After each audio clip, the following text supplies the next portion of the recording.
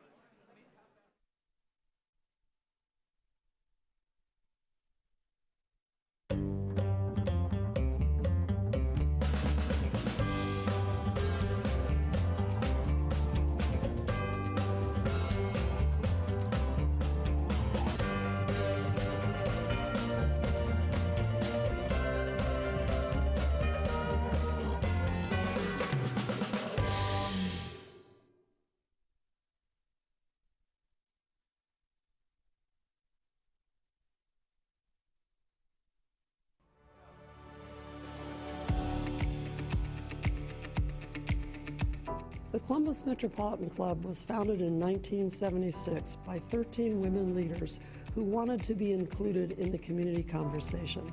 I am Sally Bloomfield, and I was one of those 13 women. Having been left out of men's clubs that focused on community issues, it was a priority for us to make the club 100% inclusive. Today, CMC presents public policy forums every Wednesday at lunch with average attendance of more than 200 people. I'm Tony Bell, and I frequently attend forums, which are open to everyone and present relevant, current, and newsworthy topics. I'm grateful that CMC is nonpartisan and presents many perspectives on every topic. I'm Jane Scott, President and CEO of the Columbus Metropolitan Club. CMC is open to everyone. We invite you to explore the personal and professional benefits awaiting you at the Metropolitan Club. Welcome to CMC. Welcome to CMC. Welcome to CMC. Welcome to CMC. All right, good afternoon, everyone. Hi, welcome to the Columbus Metropolitan Club. Founded in 1976 by 13 visionary women leaders, CMC's mission is to connect people and ideas through community conversation. From the start, CMC has welcomed everyone, and that continues today. Welcome. I'm Kelly Atkinson, Chair of CMC's Board of Trustees, and also the Diversity, Equity, and Inclusion Director and Columbus Office Administrator at AmLaw 100 law firm Barnes & Thornburg. Let's begin by meeting our newest CMC members. We have Sydney Druin, Jamie Keller with Habitat for Humanity, Hannah Myers from the Columbus Council on World Affairs, and from the OSU Wexner Medical Center, Jakethia Butch and Stephanie Milburn. Let's welcome them. Welcome to CMC. All right. And we invite you to become a CMC member if you're wearing a red name tag, and your organization to become a CMC sponsor. If you flip over your forum flyer, you'll see that there are lots of organizations that already do provide some support for the nonprofit Columbus Metropolitan Club, but if you're not listed there, you should be. It really does provide half of our annual revenue, so we really appreciate our generous sponsors. If you want to join that list, see Lainey Cuthbert. She's standing right over there. You can see her waving. All right, today's forum is sponsored by the Columbus Partnership and is presented with support from the Columbus Dispatch, in more ways than one, you will find out. Today's live stream is presented by the Emergency Response Fund of the Columbus Foundation in partnership with, wait for it, the Columbus Dispatch. So let's thank all of those supporting today's forum.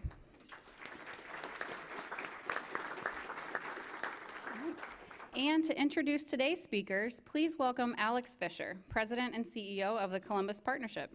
Alex, the podium is yours.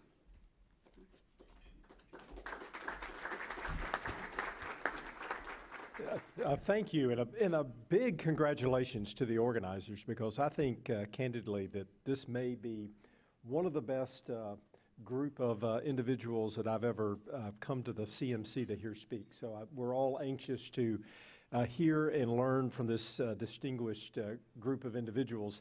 Their knowledge across what's happened in the world of media over the years leading up to the rapid change in the last decade will be fascinating.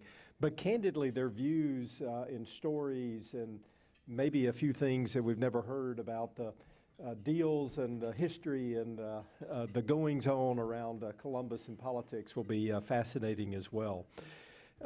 I hope all of you all will welcome this distinguished panel.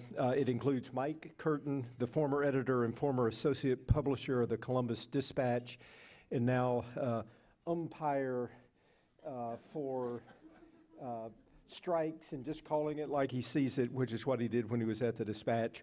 Luke Feck, former editor of the Columbus Dispatch and American Electric Power executive later in his career. Ben Marrison, former editor of the Dispatch and current chief of staff for the Ohio Attorney General. And Alan Miller, the current executive editor of the Dispatch and regional editor for Gannett. And to moderate and or just simply to hang on to the stories is another Columbus Dispatch alumnus, She was a state editor, editorial writer, and reporter, and since 2009, she's been the executive producer and host of WOSU Public Media's All Sides with Ann Fisher. She's also covered the State House for 9 years with the Toledo Blade. So for today's conversation, please welcome Ann Fisher.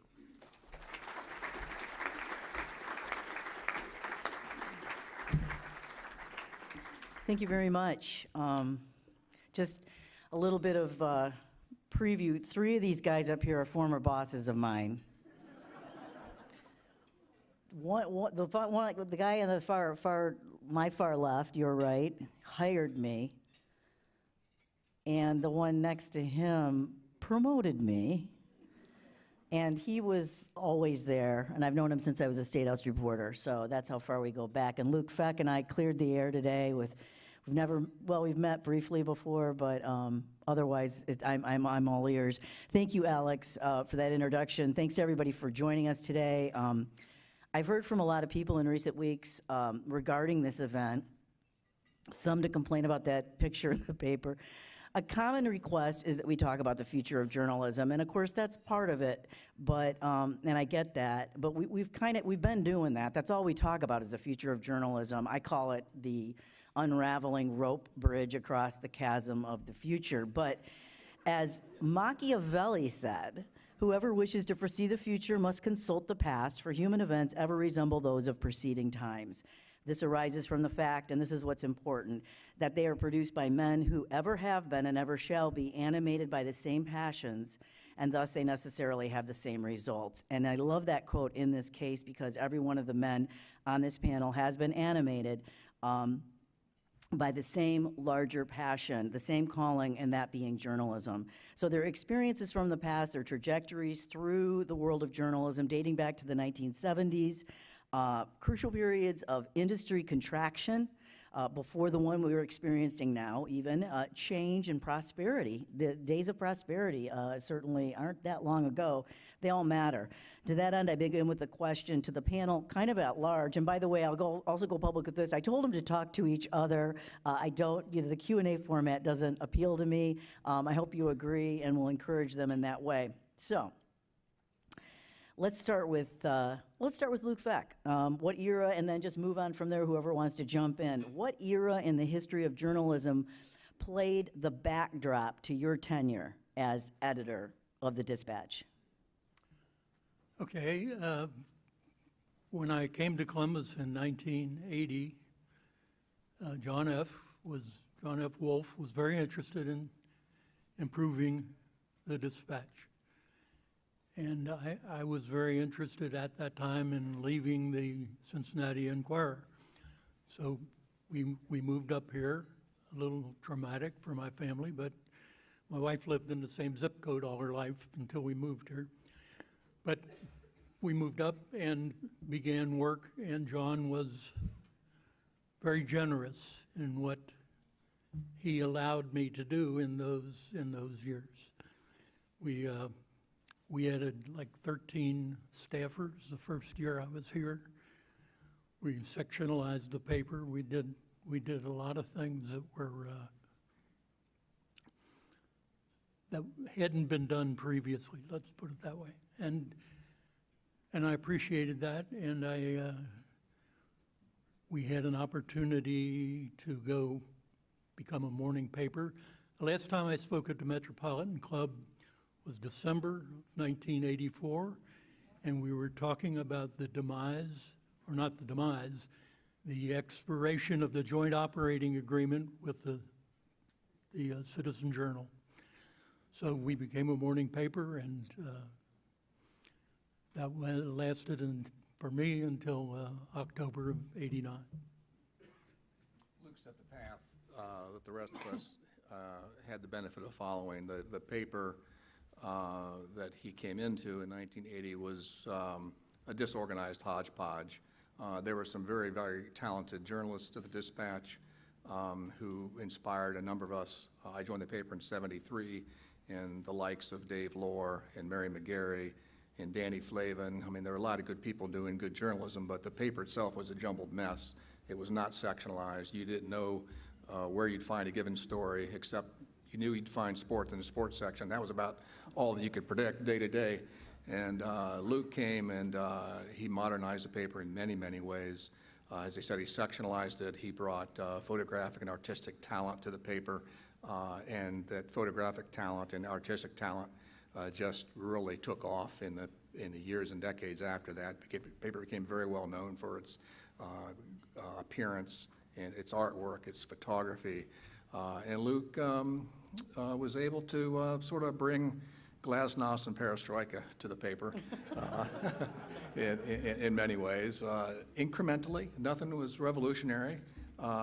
Those of you, and there are many in the audience, starting with Bill Wolfe over there, who knew the Wolfe family very well, of course, and it wasn't going to be overnight, but Luke really set the path that allowed John F. set the path that allowed Luke to do it, and the paper's been on a positive trajectory ever since. So I came to the Dispatch in 99. I would not have come in 94 or 93. It was the work of the two gentlemen on my right that created the environment that I was willing to leave the plain dealer, which is where I thought I would finish my career. But what Luke did was kind of pour the footer. And Mike built the foundation, which allowed me and then Alan to kind of build the house. And I am a great beneficiary of the work these guys did. When I got to the paper, it felt primed to really take off. And I remember somebody did a story about this young guy arriving at the Dispatch when I had more hair and less gray. And Mike said, we're both pitchers. Mike is a finesse pitcher, and I throw heat. And so my wife will tell you, I'm always in a hurry. And so we were able to build and recruit really good people. We changed who we went after. Instead of trying to hire people regionally, we would target kind of like a professional sports team. We need a left tackle. Who's the best left tackle? In our case, we needed a great hockey writer. Who's out there? Mike A-Race. We went to Hartford to get him. So each of us, whatever success I've had at the Dispatch, as limited as it was, I couldn't have done it without the work Luke first did and then Mike did, and the permission that John F. and the Wolfes gave us. I mean, they were spending money to let us hire people that we hadn't spent that kind of money on before, and I think it showed in the product. And then the economy collapsed, so we made Alan editor. Thanks, guys. Ben and I have often talked about how we wished, that we could have experienced editorship when the paper was printing money, like when you guys were the editors. But I like how Ben has described it in some past discussions on this topic, that, Luke built the car, Mike put gas in the tank, and Ben put his foot to the floor. And that's how we took off and became the best newspaper in Ohio, at least the last 8 years. And there might have been one intervening year where someone else got it, but it's been a decade or so that the Dispatch has been named best newspaper by the Associated Press. And the credit, as Ben said, goes to the staff, which for me has been a great blessing. We are blessed with so many talented journalists who work now harder than ever to, there are 75 of us in the newsroom who are now doing the work that 250 did a decade ago. And so it's never been more challenging, I would say, than right now. When I was editor, became editor in late '95, and for the several years after that, we had 250 FTEs in our newsroom: reporters, photographers, artists, clerical people. The whole schmear was 250 people. Alan just told you it's 75 or 4 or 3 today. So I can't imagine the pressures that are on Alan and his staff every day. I thought we worked long and hard hours with 250 people, back in the mid to late 90s, and to do it with 75 is stunning. Just one note about the tailwinds that we had. I like to think that the four of us did a lot of good work, but you need forces that are beneficial to you, and many of you know this story, but when I give you a couple numbers, it just is dramatic how strong those tailwinds for us were. Columbus and Central Ohio has been the only city and county and region growing in Ohio for the last half century plus.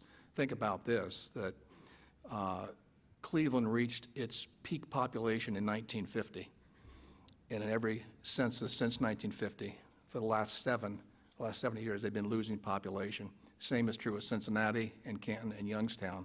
For Akron and Dayton, they reached their peak populations in 1960. So when I became editor in 95,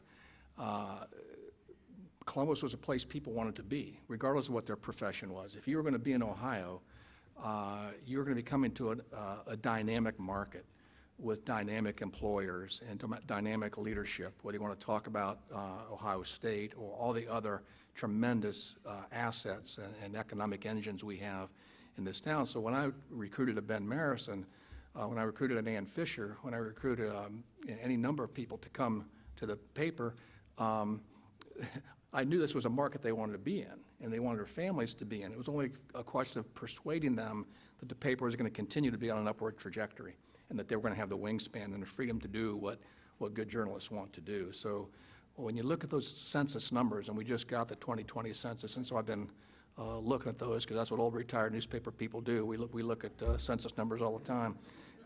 He did it before he retired. Yeah, it is stunning. That 1950 population, when I was born in 1951 in Columbus, was 375,000 population of Columbus. We're closing in on 1 million now.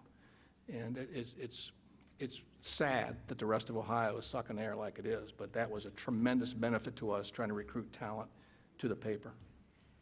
It is amazing what Alan is able to do with the way the economy of a newspaper has been affected. I did some measures just for the heck of it the other day, and last Sunday's paper had 3 pages of classified.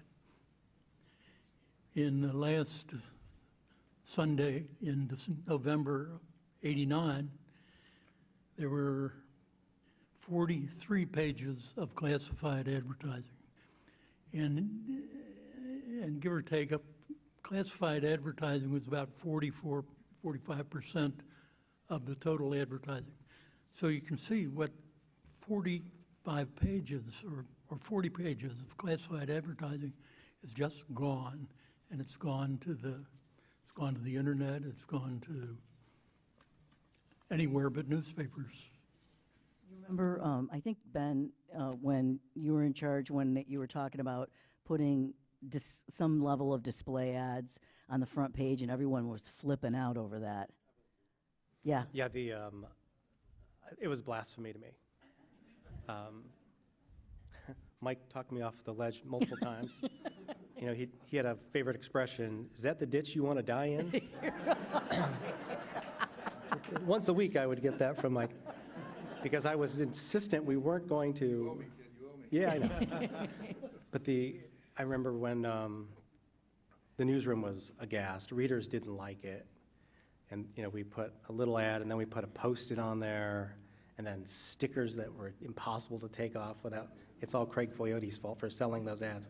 But it was annoying, but we had to be creative, and got increasingly desperate to do things that we wouldn't have. Mike talked about the number of people we had. I remember we had total FTEs was 263 was the highest under me, 263, and I was livid that I couldn't convince the CFO to get to 400 like the Plain Dealer had. 400, they had 440 or something like that. But when Ken Pierce was chief financial officer during my tenure as editor, Ken Pierce retired, and then Jim Gilmore came in as chief financial officer. And when I wanted to add a section or I wanted to add some people to the newsroom, I'd go to Gilmore, and say, now if I propose this, John F., you're not going to oppose me, are you, Gilmore? And he said, Curtin, we spill more money than that on the way to the bank. And so I hate to burden you with that, Alan, but we used to have so much money we didn't know what to do with it. Well, they used to have these gatherings for the staff. I mean, I think the first year I was there, like rented out half of the Columbus Zoo. This another year, rented out Polaris Amphitheater. And then there were those shrimp lunches around Christmas time. Giant shrimp. Yeah, I mean, we were spoiled. When I first started there, you didn't even have a premium for the health insurance. A thought of excess at the dispatch is when I got there, there was this woman walking around with a coffee cart. And she was filling these, that was her job. She filled coffee pots around the building. And We drank a lot of coffee. It was a big job. it's like, who is that? Oh, whatever her name was, she fills coffee. Judy. And then when we had to make some cuts and when Judy was left, it was like we took away health insurance from that coffee. You know, just for the record, how many former or current dispatch staffers are in the room? Can you just raise your hands or give people a sense about, yeah. And a lot of them are still current, but it's a big community out there of people that have worked at the dispatch and have gone on to rep it in other ways. You know, being in the editor's seat, a lot of decisions have to be made every single day. People are asking you, you know, a million questions: how to do this, what to do this, where to cut. You know, to Alan's from Alan's point of view. But I'm wondering about what we didn't see in the paper, and if you could talk a little bit about a story you didn't print, that you had to make a tough decision about, things that you passed on, even when you had a ton of room in the paper in Mike Curtin's era. Yeah, Luke Feck? I'm having a hearing problem. I didn't hear. What?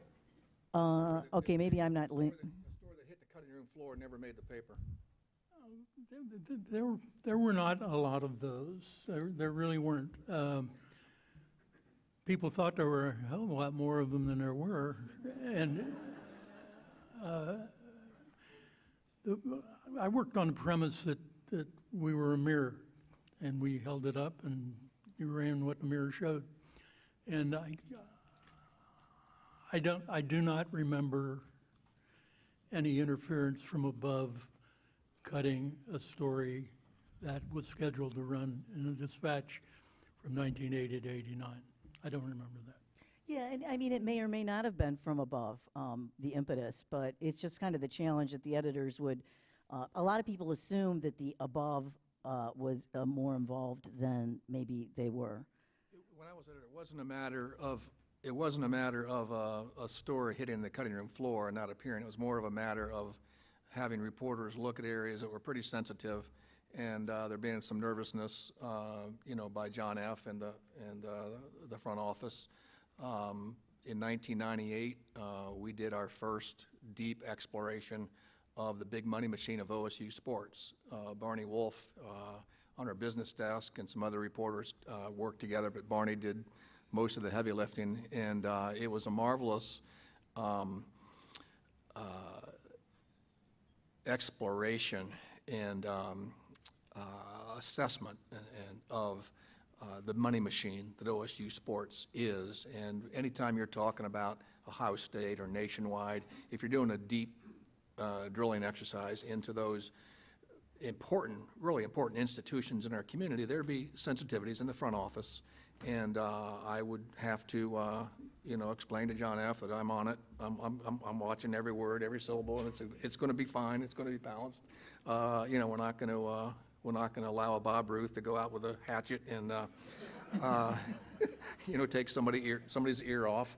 And so there are any number of those. In 1999, I was proud to preside over our first really deep exploration into the color divide in Central Ohio. We did an 8-day series called The Color Chasm that got a lot of attention in the community, as it should have. And it was a very a broad-based exploration, into how far we have come and how far we have not come, in terms of race relations and the advancement of black life in Central Ohio. And we had about 8 reporters working full-time on that for many months before we finally got that done. And I do remember one story that was close, and it does illustrate how far we've come. When Earl Bruce got fired, Dick Fenlon, our sports columnist, wrote a rather scathing column about the athletic department administration. And our deadline was 10:30, and at 10:20, I read it to John F. over the phone, and he was not happy at all. And he said, do you think we should run it? And I said, well, we buy his opinion when we agree with it. I don't know why we shouldn't buy his opinion when we don't. And after a long, long, long pause, we ran a story. There were 2 stories that come to mind that I didn't think we would get in. It's, you hire really talented people, you challenge them to go to places we've never gone before, and then they come back with something that causes you great consternation, but it's good journalism. One was whether or not Les Wexner was paying his fair share of property taxes. I thought that might be a ditch I was going to die in. And Mike was a great mentor to all of us. I needed more mentoring than others, but he would tell me, you just can't surprise the publisher. You just kind of have to. And so I had to, with this one, keep assuring him, and finally he wanted to see the story. That's fine. You're going to see it when it's printed. You might as well see it before it is. And he asked really intelligent questions that a good journalist would ask.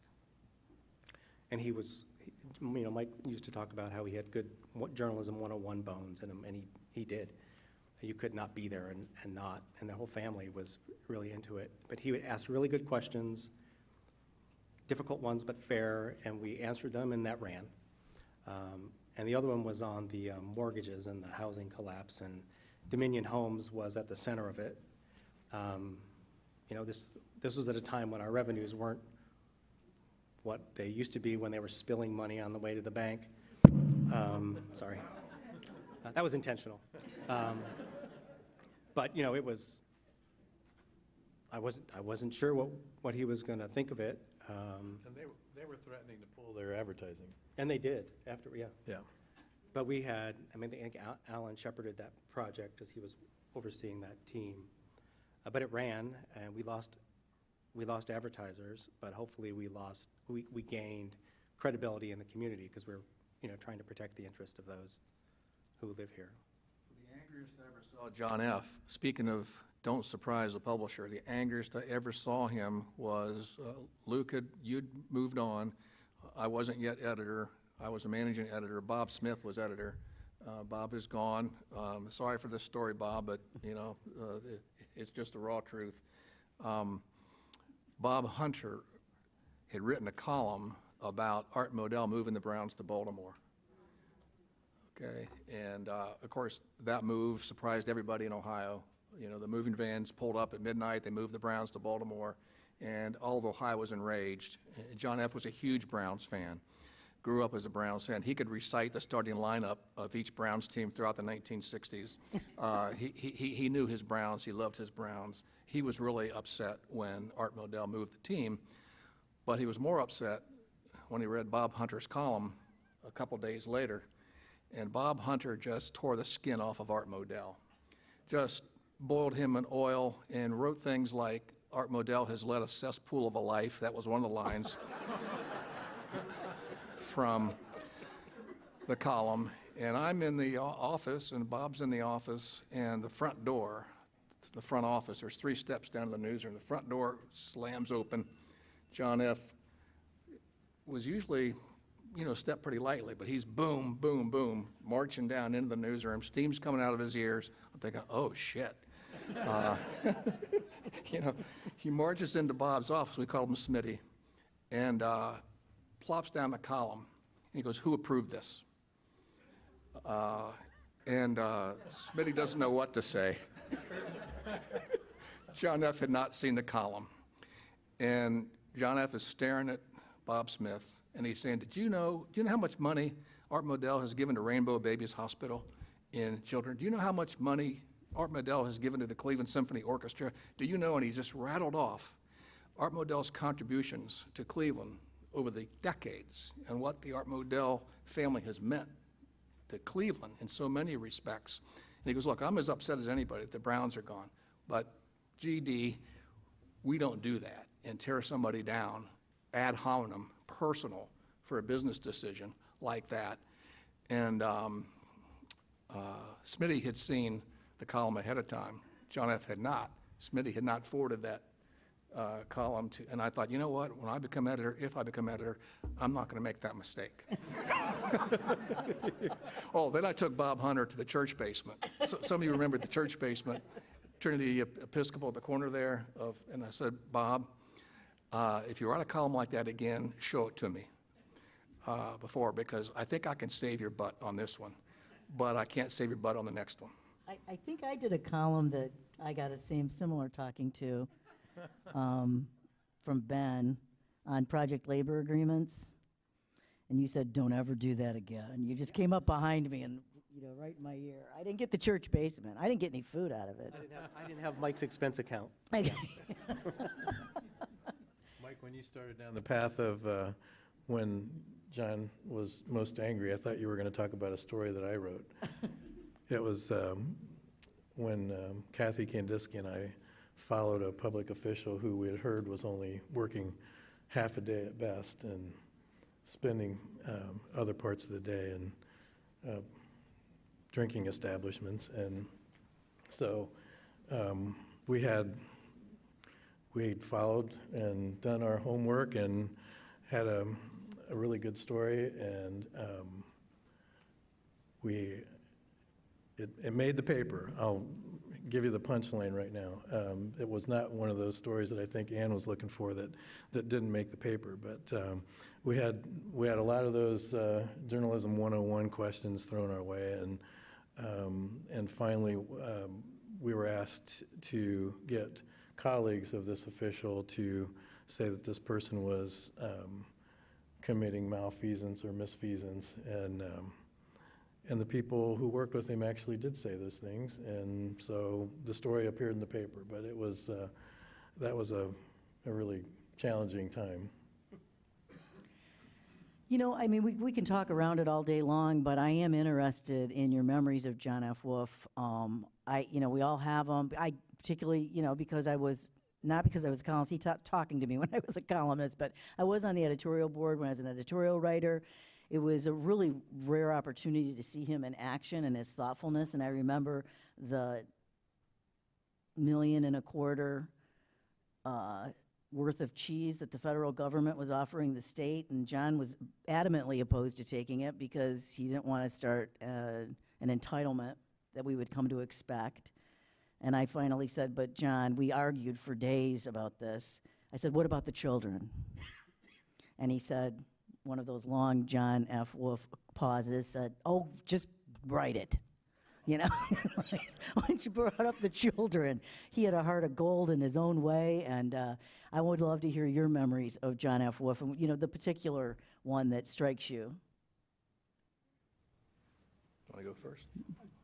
I'm getting feedback in I apologize. my hearing aids. Your memories of John F., a particular memory that resonates with you. Well, he was very quiet, and he was really smart, and he knew a lot of stuff about a lot of different things, and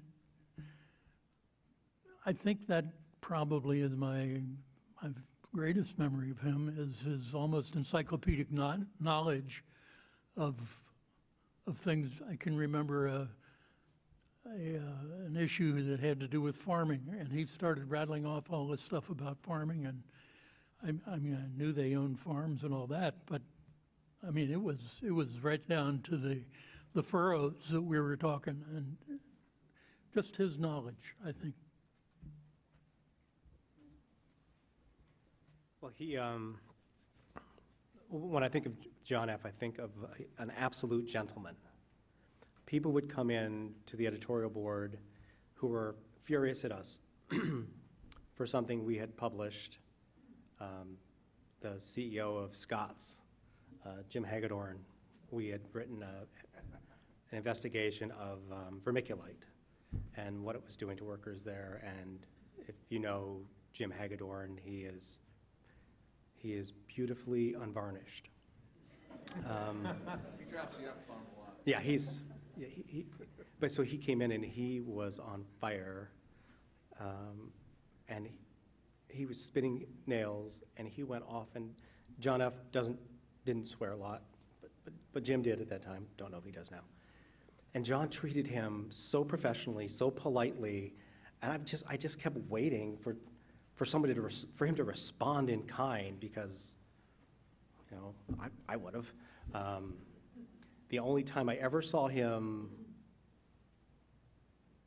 respond in kind, and it wasn't, you know, precisely that, was there was a public official who came in, and they had been, it was with the School Facilities Commission, and they had done a horrible job, and it's a very complicated story, but when the person who ran it came in to explain the issues, was less than truthful.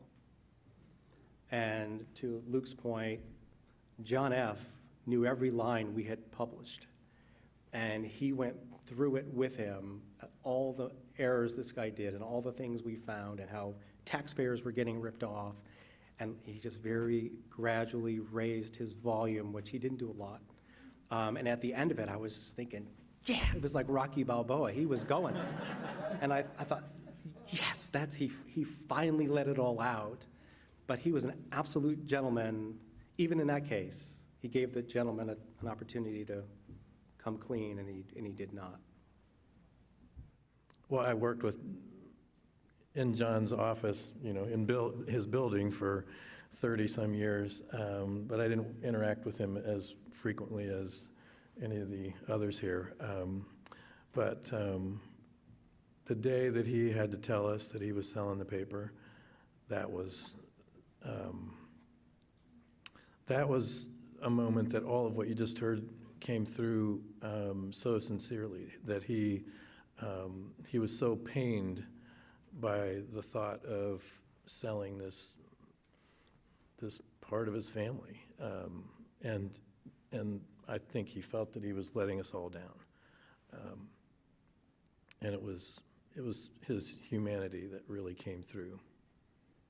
One thing, there was not an editorial board at the Dispatch until 1983. That sounds like a simple thing, but there was no gathering of the clan to discuss issues, get input from other people, have the reporter who was covering what you might be talking about. None of that went on prior to 83.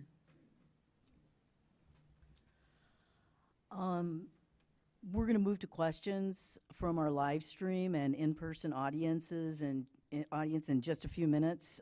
If you have a question, please make your way to the microphone now. It's right over there to my left.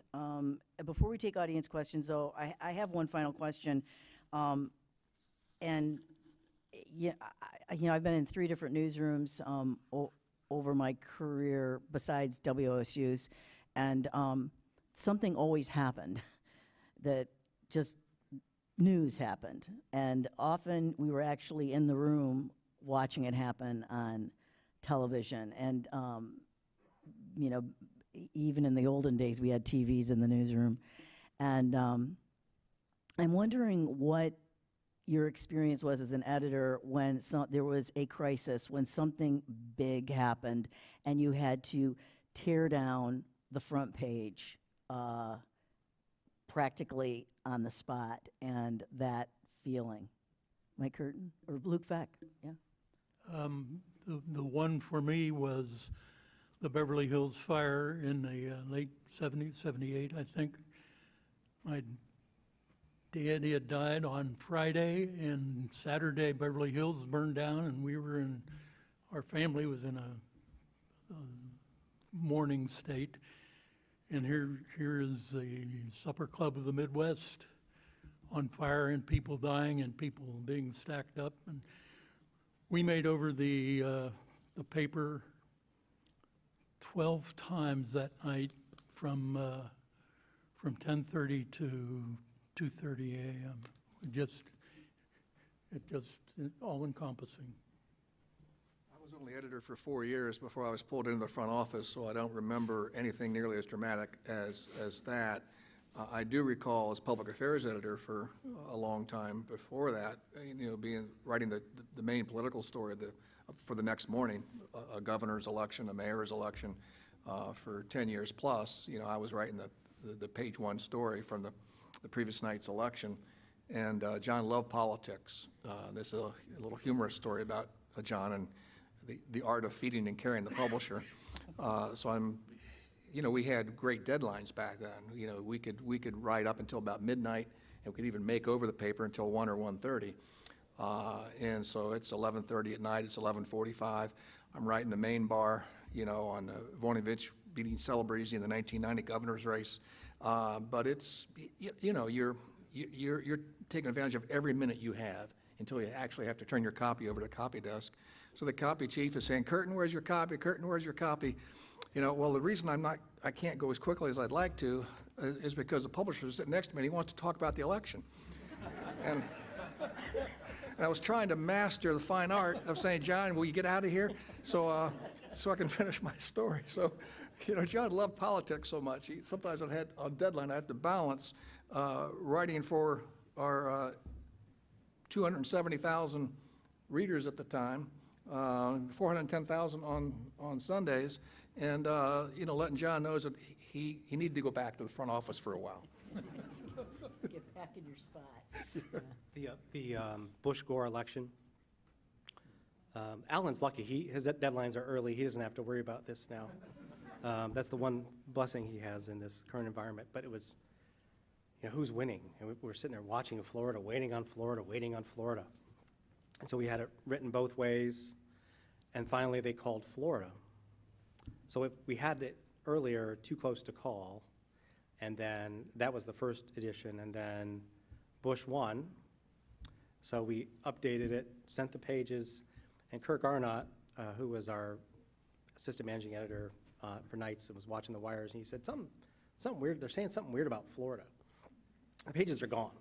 And I said, "Ask Florida," Well, we all know what happened, right?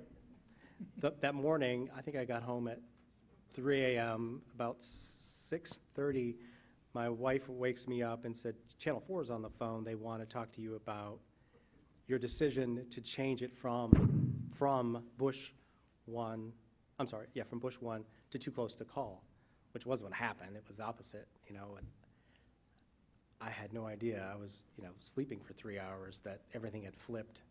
So I could have been dishonest and said, "Yeah, we knew it was Too Close to Call and we flipped it," but that was one where I was worried when I went in the office how the publisher was going to react. I just didn't know. And he came in and he sat down and said, we talked about what happened. He said, "I probably would have done the same thing." I thought, thank God. He would not have, by the way. He would have kept it Too Close to Call. He is such a conservative person. You may have some, though, Alan, before they moved your deadlines to so early. No, I wasn't editor at the time you were, but my thought went to 9/11, and that was a marathon of coverage for days and weeks. Yes, and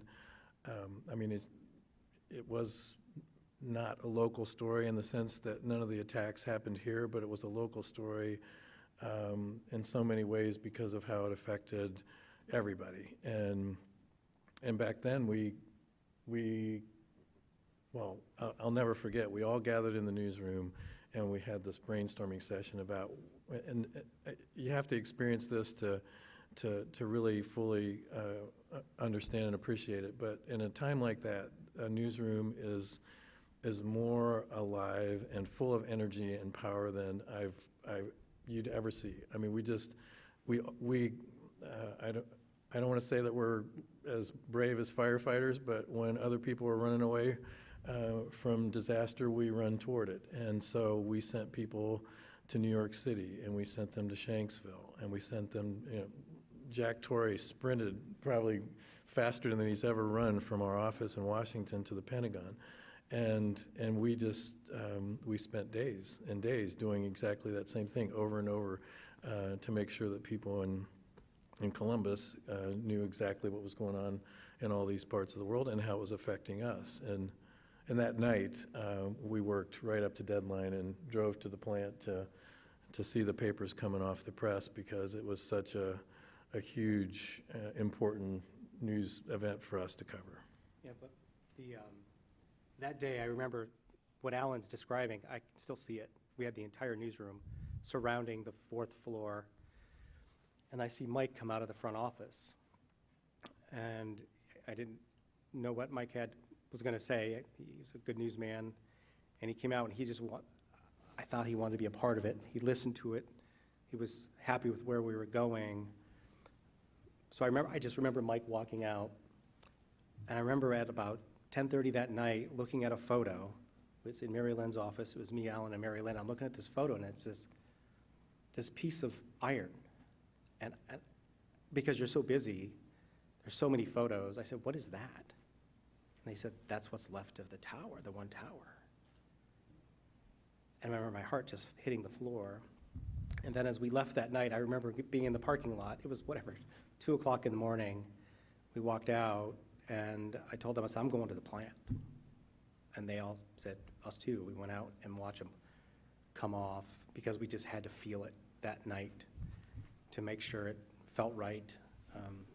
But you're talking about watching TV and seeing that happen, Ann. And Yeah, I was at my desk. I was an editor, and I'm like, what is everybody over there gawking at the TV for? Let's get them back to work. And I went over there and saw the second plane. So it is Columbus Metropolitan Club's longstanding tradition to take audience questions. Lainey Cuthbert of CMC is curating questions from the live stream audience. And for our in-house audience, please join Lainey at the microphone. Hit it, Lainey. All righty. I have 4 questions that are so similar, I'm just going to lump them together. So from Jaron Terry, Kathy Fox, Mindy Wright, and Eric Brown. What have been the past roles of women and people of color at the Dispatch? And what year will CMC be able to host a forum with a woman or a person of color as a former editor? It's a great question. I can remember, I mentioned Mary McGarry before, as a young reporter at the paper. I marveled at how smart and talented and well-sourced she was, as talented a journalist as existed at the paper. And as the years rolled by, I thought many times if Mary weren't a woman, she would have been editor a long time ago, or God knows what, above editor. That's how talented she was. So it's moved very slowly, obviously, in the industry and at the Dispatch. But, efforts have been made, especially under Alan recently. But, it's been a long slog. Yeah, we have not done as well as we could or should have as a newsroom, as a news organization, to diversify our staff. And we have made a very intentional commitment to rectifying that. And we're working on it. We've made a number of incredibly great hires in the past year or two that has helped with the diversity, not only of our staff, but also of our coverage, which is also very intentional. We are, as many of you know, we have developed something we call the mobile newsroom that took up residence in the Northland area for the past month and a half, with the goal of shining a spotlight on the community of Northland, which is incredibly diverse, home to many immigrants, people of color, and in all races, basically. And so this has gone really, it's been, Ryan Smith, who's here today, is leading that effort, and he and the team, Michael Walker and Holly Zachariah were the first two reporters to be involved with this. Our next stop will be Driving Park, where Erica Thompson and Mark Ferenchek will be the lead reporters in residence at and I'm thankful to the Columbus Metropolitan Library, which has allowed us to use their facilities as kind of a home base in these mobile efforts. But you know, we hired Yilin Chang to focus on immigration. Isn't a former editor who's sitting up here. I hope that person, whoever's chosen, is up here long before it's time for that person to leave or retire. I'm Deborah Price, and I'm probably dating myself with this question, but there was a John F. Wolfe, because before him there was a John W. Wolfe. And we've heard a lot about John F. today, and I just wonder if there's any comment on the other John before him's contributions to the paper, the community, any contrast you care to share, and what his legacy may have been. Thank you. Luke was the only editor who dealt with both John Walton and John Frederick, because John Walton died 2 years before I became editor. So Luke, you want to kick that one off?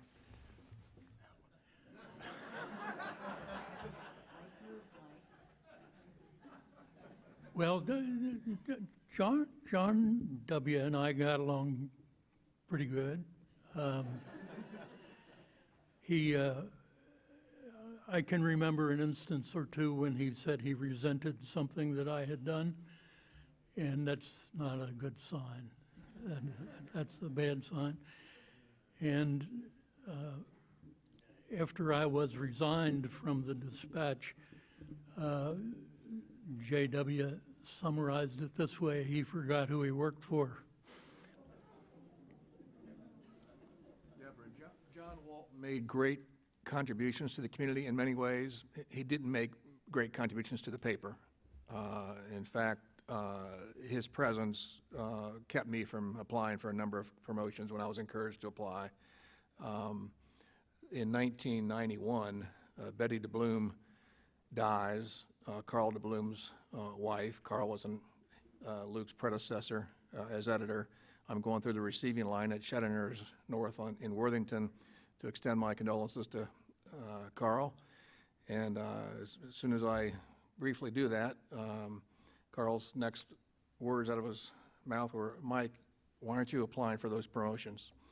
The reason was I didn't want to have to deal with John Walton, because I'd seen what happened to Luke, and I thought I'd have a shot at dealing with John Frederick, but I didn't want to deal with John Walton.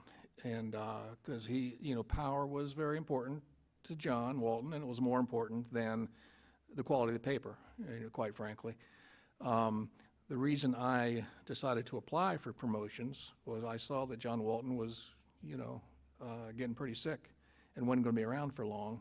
And I thought I'll roll the dice with John Frederick. I wouldn't have rolled the dice with John Walton. That's just the raw truth of it. His contributions were very unspoken and understated. He never took much, didn't want much credit for a lot of that he did in the community, and that's an old tradition among the generations of Wolfes. But John Walton would not have come to Luke and say, "Luke, temper me."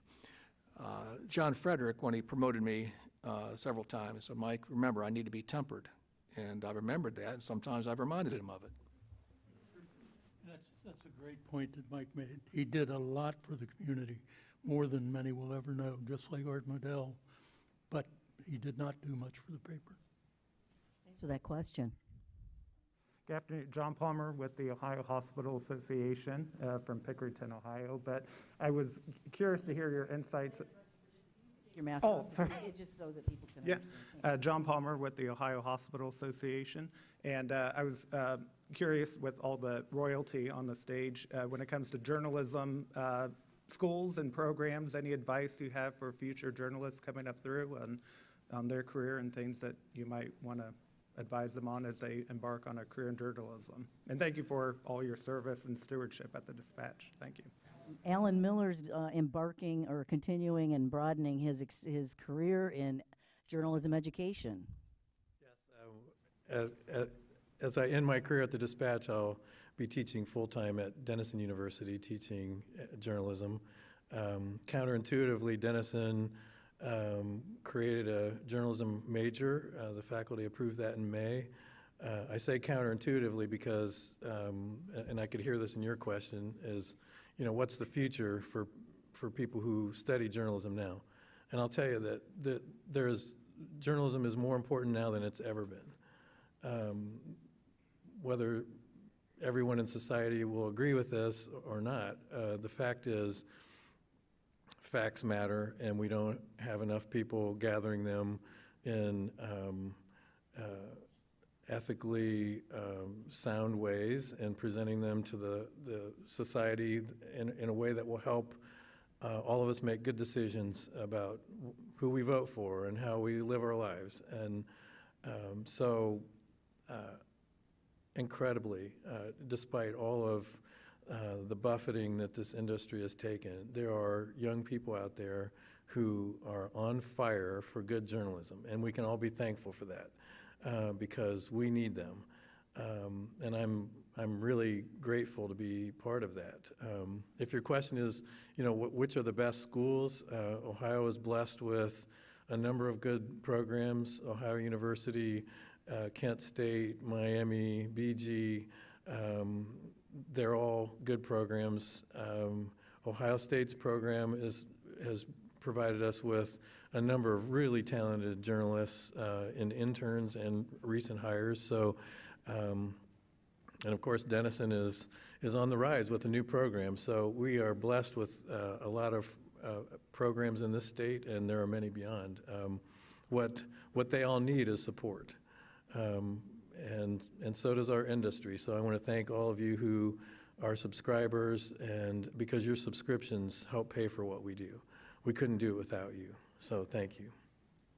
Thank you. I wish we had more time, but we'll have to turn it back over to Kelly Atkinson now for concluding remarks. Thank you so much for your attention today. It's been great. Thank you.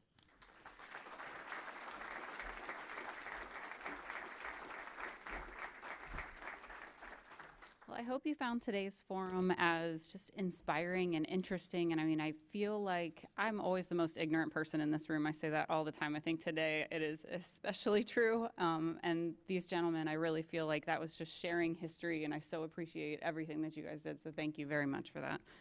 I really think that if you enjoyed today's forum, that you will also enjoy next week's. So next week we are talking, it is the Harrison Smith Legacy Forum and Columbus Downtown Commission Smithy Awards, and that is featuring the Daimler Group CEO Bob White Jr. And again, huge thanks to our online virtual seat patrons, the truly committed CMC supporters who can't be in the room with us, and to the Columbus Dispatch, of course, for supporting today's forum. And also thank you to today's sponsors, the Columbus Partnership and the Emergency Response Fund of the Columbus Foundation, and for presenting our live stream in partnership with the Columbus Dispatch. All right, and then special appreciation to today's panel, Mike Curtin, Luke Feck, Ben Marrison, Alan Miller, and Ann Fisher. And thank all of you, too, for joining us. We couldn't do it without you, truly, and we look forward to seeing you next week as the Columbus Metropolitan Club presents another community conversation. Thanks.